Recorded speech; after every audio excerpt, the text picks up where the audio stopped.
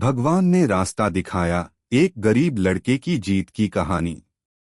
गांव का नाम था नारायणपुर, जहां हर सुबह मंदिर की घंटियों से होती थी और हर शाम लोग भगवान को धन्यवाद कहकर दिन खत्म करते। उसी गांव में एक लड़का रहता था, वीरू, एक गरीब लेकिन मेहनती लड़का। वीरू की माँ रोज मंदिर जाती और भगवान शिव के आगे माथा टेक कर एक ही बात कहती, हे भोलेनाथ, मेरे बेटे की जिंदगी कुछ ऐसी बना देना कि उसकी मेहनत रंग लाए। वीरू स्कूल जाता था लेकिन ट्यूशन के पैसे नहीं थे। किताबें भी पुरानी थीं, कभी कभी तो फटी हुई पन्नों से पढ़ता।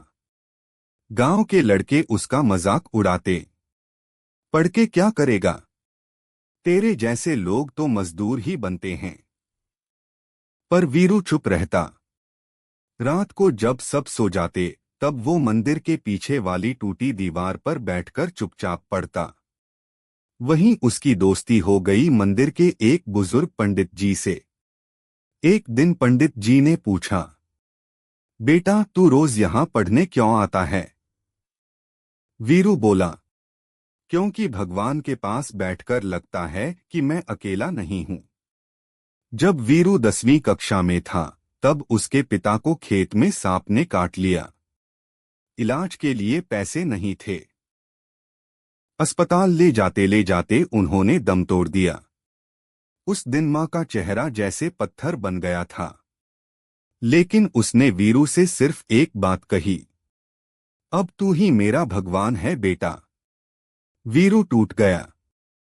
लेकिन अगले ही दिन उसने अपने आप से एक वादा किया, अब मैं सिर्फ अपने लिए नहीं, माँ के लिए, पापा के अधूरे सपनों के लिए और भगवान के विश्वास के लिए जीऊंगा। अब घर चलाने के लिए वीरू दिन में मजदूरी करता और रात में पढ़ाई। खेतों में, ईंट के भट्टे पर, मंदिर में फर्श साफ करते हुए उसने एक भी दिन पढ़ाई नहीं छोड़ी। पंडित जी ने एक दिन उसे एक किताब दी, भगवद गीता, और कहा, जब भी थक जाए इसे पढ़ लेना, भगवान तेरे साथ खड़ा दिखेगा। वीरू रोज उसका एक श्लोक पढ़ता और उसकी व्याख्या खुद से करता। वीरू ने 12वीं की परीक्षा दी। एक दिन माँ ने कहा, तेरे नाम एक चिट्ठी आई है बोर्ड ऑफिस से। उसने कांपते हाथों से लिफाफा खोला। आप 92% अंकों के साथ जिले में पहले स्थान पर आए हैं। गांव में ढोल बजे, मंदिर में प्रसाद बंटा। जो लोग कभी हंसते थे, अब बोले, वीरू भगवान का भेजा बच्चा है। वीरू को शहर के एक अच्छे कॉलेज में दाखिला मिल गया। वहां पहली बार एसी देखा, नई किताबें देखीं, लेकिन वो हर हफ्ते गांव फोन करता और माँ से कहता, माँ, अभी भी मंदिर के पीछे पढ़ता हूँ, बस भगवान अब दिल के भीतर बैठा है। एक दिन कॉलेज में बहुत तनाव था। एग्जाम फेल होने का डर, दोस्तों की तुलना और अकेलापन। वीरू टूट गया। रात को वो शहर के एक पुराने शिव मंदिर पहुंचा और घंटों रोया। वो बोला, भगवान, सब कुछ करके भी ऐसा लगता है जैसे कुछ नहीं हूं।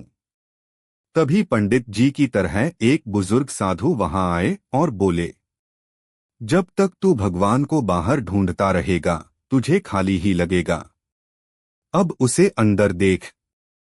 उस दिन से वीरू ने ध्यान शुरू किया, मन को शांत करना सीखा और पाया कि सच्ची शक्ति खुद पर भरोसे में है। कॉलेज के बाद वीरू ने यूपीएससी की तैयारी शुरू की। उसने खुद से कहा, मैं अफसर नहीं, उम्मीद बनूंगा। 3 साल बाद रिजल्ट आया। वीरू शर्मा, AIR 12।